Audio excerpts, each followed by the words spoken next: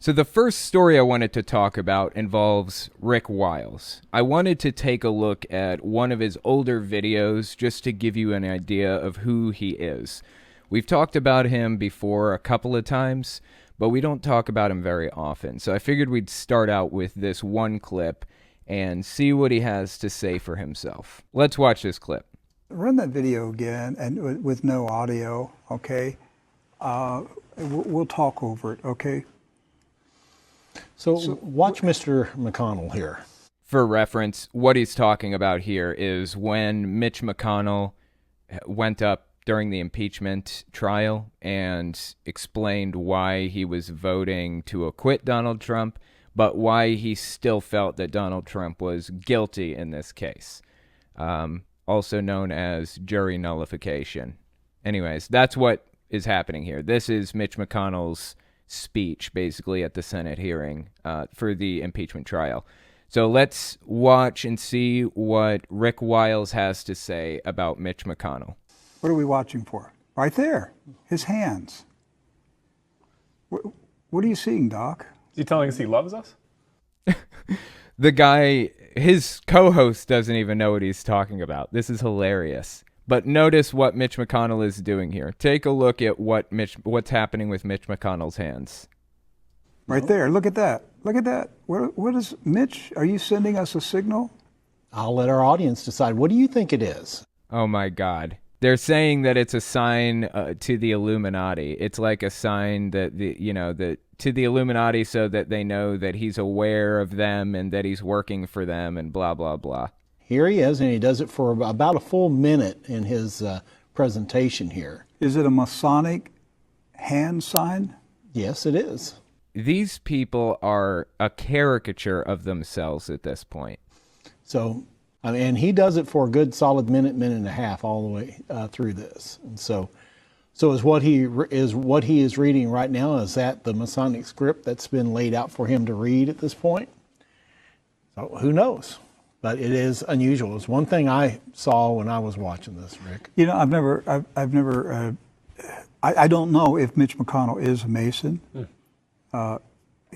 He has some Masonic tendencies right now. Has Masonic tendencies? What does that mean? He has Masonic tendencies. So that's who Rick Wiles is. That's the caliber of person that we're dealing with right now. He's actually come out and said some really horrific stuff. And if you're wondering what it was, go check the other clips on my Fireside Chat channel to find out. I've done videos about Rick Wiles before, but I don't want to play those clips again because I was already it was already risky to play them in the first place. They are pretty bad. What Rick Wiles says is pretty bad in those clips. So I'm trolling YouTube the other day, like I do, just kind of going about my business, and I come across a video by Secular Talk, Kyle Kulinski. Now, I don't watch Kyle Kulinski. I used to watch every video that he put out, but I feel like he's gone downhill in his viewpoints. His beliefs are just kind of derailed at this point. Nothing against the guy, you know. I disagree with him politically. I think he's kind of a sucker, honestly. But that's okay, you know. We can have disagreements. That's what free speech is all about, right? Having disagreements with each other. I'm acting in good faith. Kyle's acting in good faith, as far as I can tell. Hang on, the cat. Come on, kitty. If you're going to sit up here, then come on. Oh, my God. The things I do for cats. Okay, sit down, kitty. If you're going to sit up here with me, then sit. And don't eat my headphones. So the microphone is going to be right here for the remainder of the show. Anyways, I don't have any hatred for Kyle. We disagree politically. Quit it, kitty. But I heard him in this clip about Rick Wiles, and I found it fascinating. So I wanted to watch this clip. Starts out with Kyle Kulinski, but the key moments are with Rick Wiles. So let's start out and watch what Kyle had to say. For the record, this is the beginning of Kyle's video. This is how it starts out. So this guy shocked the shit out of me with what appears like a hard turn left. Now, he's saying he took a hard turn left. That's going to be relevant in a second. Remember that. Let's listen to what Rick Wiles said now.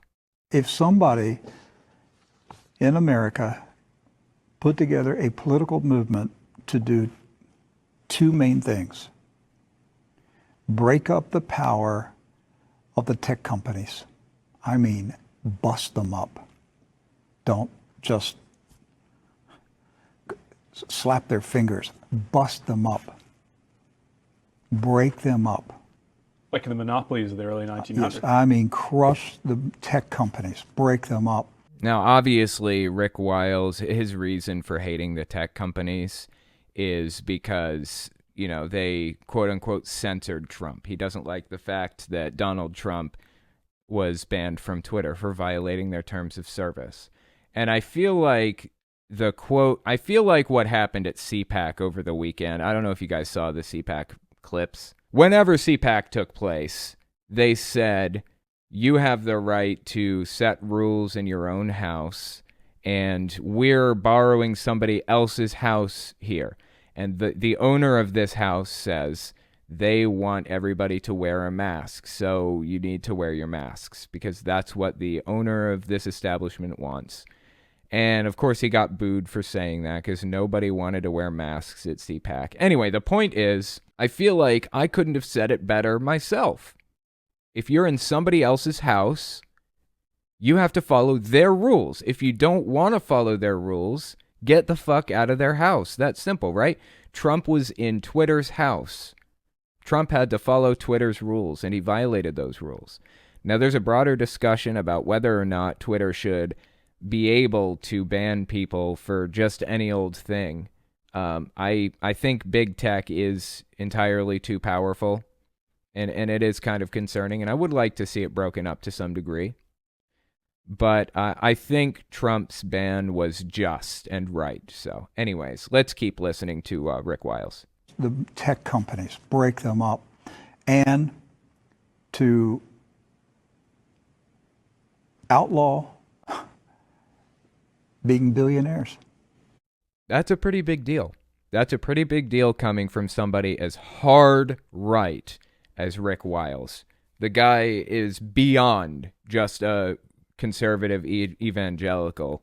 He is very, very extreme. He espouses very extreme positions. And I was going to show you a few of those tonight, but I don't feel like we have the time to get into it. Maybe another night I'll show you, because there is a treasure trove of stuff that we could watch on Rick Wiles. But the point is, you can tell he knows it's going to be controversial because of the long pauses that he puts in there. But listen to the guy's reasoning. And to outlaw being billionaires. We've reached a point. I mean, I'm a free enterprise person, and I have no ill will towards anybody in their financial success. Hey, you want to be a zillionaire, a quadrillionaire? I don't care. All right, you want to go buy a planet? Go buy a planet. I don't care. But when you use your money and power to change my life, to take away my rights, to try to force things on me that I object to, that I find morally repulsive, when you try to restrict my free speech, when you try to promote population control, you want to put into my body, when you want to change society, you know what? You're my enemy. So why is this important? This is important because a left-wing person comes in and hears this guy, and they're excited about it. They like what he's saying. Like Kyle. Listen to what Kyle said. Shocked the shit out of me with what appears like a hard turn left. That is not a hard turn left. What Rick Wiles is doing here is what's called populism. I'm sure you guys have heard that word a lot lately. I've heard it a lot lately. So I started looking into it and trying to figure out exactly what populism is. Populism is taking positions that are really, really popular among the majority of people. But left-wing populism and right-wing populism, they sound almost exactly the same.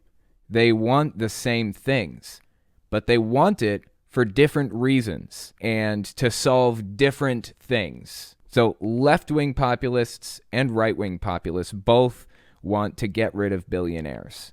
So a left-winger comes in and he hears Rick Wiles saying, get rid of the billionaires. And he's like, hey, this guy's starting to make sense. I really like what he's saying. Starts listening to more of what Rick Wiles has to say. And that acts as a bridge, basically. It acts as a bridge between the left and the right. People move between the two parties based on populist rhetoric. This was a huge thing with Trump. He was a populist.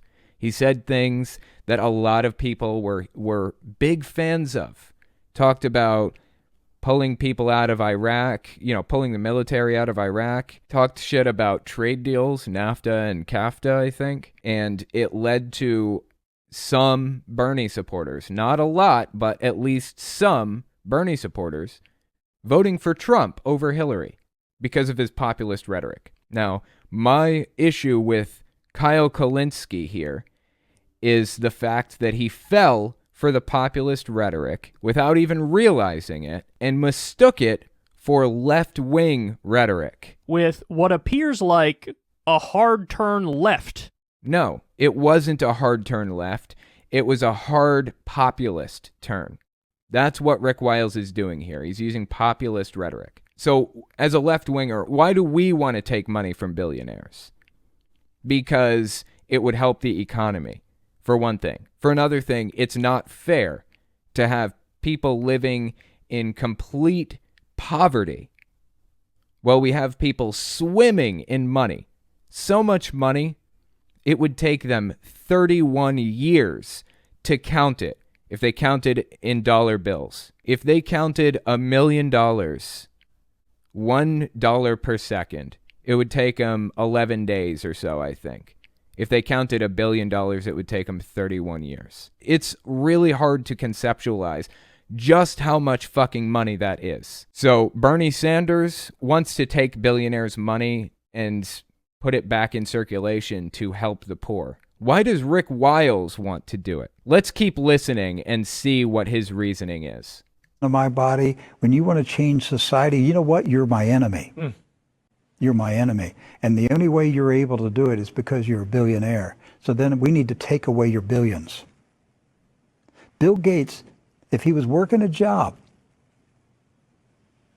7 to 5, if he was going to work like everybody else, Bill Gates wouldn't be doing this stuff, would he? I love how they keep increasing the number of hours that you're expected to work in the day.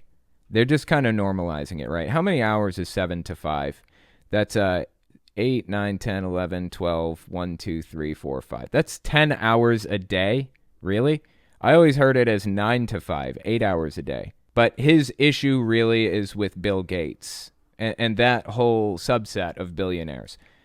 Billionaires who are trying to make the world a better place by getting people vaccinated. I wasn't aware of how much Bill Gates puts into foreign countries. Like, Bill Gates has put so much money, billions of dollars, into polio vaccines to get all of Africa vaccinated. He's put so much money into philanthropy. And that makes Rick Wiles scared shitless, honestly. The dude is afraid of what Bill Gates is doing because he disagrees with him politically, even though what Bill Gates has done so far with his money has been objectively helpful in the world. Let's keep listening. He's only doing this stuff because he's a billionaire. Take his billions away. Take it away. We need to do it in this country. There needs to be a populist movement in this country. Let's break up the tech companies. Let's take the billions. Let's see what Rick Wiles decides to do with the billions. He doesn't really care what's done with the billions, clearly. He just spent the past couple of minutes talking about taking it away in the first place. So in passing, let's see what Rick Wiles thinks he should do with the billions after we take it away from them so that they can't hurt Rick Wiles in his eyes. Bill Gates' billions and give it to the poor. I want to give it to the poor. Okay, I'm down. But that's the nature of populist rhetoric, isn't it? You have an idea that aligns with the majority of other people in the U.S., and you want to push this through, but you're doing it for alternative reasons that don't line up with their ideas. I want to strip them, completely strip them and give it to the poor.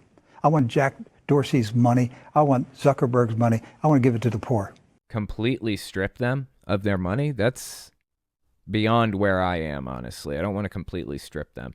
And personally, I want to do it through taxation, and I want the government to stop spending all of the fucking money on the military and start spending some of it on the people. I want to give it to the government. Oh my gosh. Tax them and the government get it? No, give it to the poor. Let's take their money and give it to the poor. Okay, who's going to do that exactly? There has to be a go-between, right? If you're taking it, who's taking it exactly? Are you, Rick Wiles, taking it? Who's taking it? And by what authority do you take it? The government has the right to raise taxes on a certain threshold of money or whatever. They do have the authority to do that. The government could do that. And if I could guarantee that the government was going to take that money and spend it on the poor, I would be so down. I really just don't want the government spending more money on the military. That's all. That's a huge problem for me. Let's bust up their corporations. This country would change overnight. I might run in 2024. I might run on that platform. Take the money from the rich, give it to the poor. That might be my platform in 2024.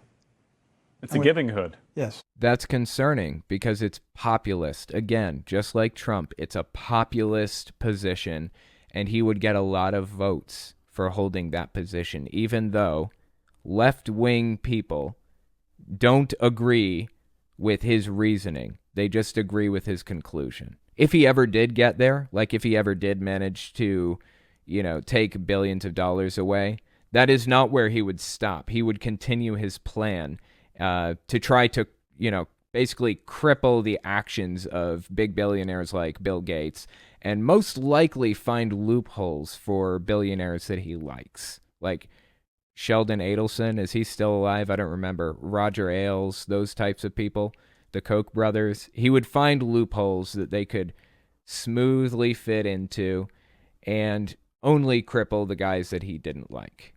I'm gonna bust up the tech companies. I'm gonna take the money from the billionaires, give it to the poor. I might run in 2024 with that platform. This is populist rhetoric. That's what this is. I have to imagine most of the people listening to this right now probably agree with him, and that is what makes populism so dangerous. You agree with his conclusion, but you don't agree with the premises that he took to get there or the plans that he would have afterward, what he would try to implement after taking the billions away or after whatever else he wants to do. That's what makes populism so insidious. Let's listen to the next part. This is Kyle Kulinski coming back and discussing it. Basically, the message is keep it real. Fuck the rich. Camel has a better chance of getting through the eye of the needle than a rich person getting into heaven. And we love the poor. And he was just saying, what if I just took all their money and gave it to the poor? Yeah, I think that would be a Jesus-approved approach. I do. And most of the time, these guys do not sound like this at all. That's interesting. So what is the prosperity gospel? How do they square their belief system with that verse in, I think, Matthew, where it says a camel could fit through the eye of a needle more easily than a rich person could get into heaven or something like that? Well, Creflo Dollar, I don't know if you guys know who this guy is. Creflo Dollar, this is him on screen. He is a televangelist, a famous one who was around back in the 2000s, and I think even the 90s, I don't remember, but this interview specifically, I believe, is from 2007. And a CNN reporter just flat out asked him, how do you square your beliefs about prosperity gospel, encouraging people to, send you money and get richer and richer and richer, with the verse in Matthew about a camel not fitting through the eye of a needle? How do you square that? Let's watch a clip and see what he said. Respond to that. Well, first of all, when the rich young ruler showed up and he said, what you need to do is take the things that you have to sell it, and then come and follow me. It was about loving God with your stuff. If you keep reading down a couple more scriptures, it says, and he received 100-fold everything that he gave, everything that he sold. So we talk about, is it impossible for rich people to get into heaven? You know that's not the truth. You know, rich people are going to go to heaven just like average people. The issue there is, will you be willing to take your things and share it with other people? Obviously, that's not what the verse was saying. Obviously, Jesus was anti-rich person. Obviously, Jesus was saying, if you have a ton of money, you're not getting into heaven. If you are a believer and you believe in me and you want to follow me, then sell all of your things and come with me. He didn't say, keep your bank account and make sure your stocks are invested and everything so that we have enough money to go on our journey and I can spend whatever I want. He said, sell your shit and come with me. That's what Jesus said. Any deviation from that message is a misdirection at best. I have heard Kenneth Copeland answer this question too. And when he's pressed with this, how do you justify owning a jet? How do you justify spending all of this money in frivolous ways, all this disgusting wealth? How do you square that with your belief system, with that verse? He usually responds with something like, oh, that's a misinterpretation of that verse, and you know that. He'll try to turn it around on the person. Ultimately, these people are charlatans, and I feel like we're coming to a point now where that's becoming more and more obvious.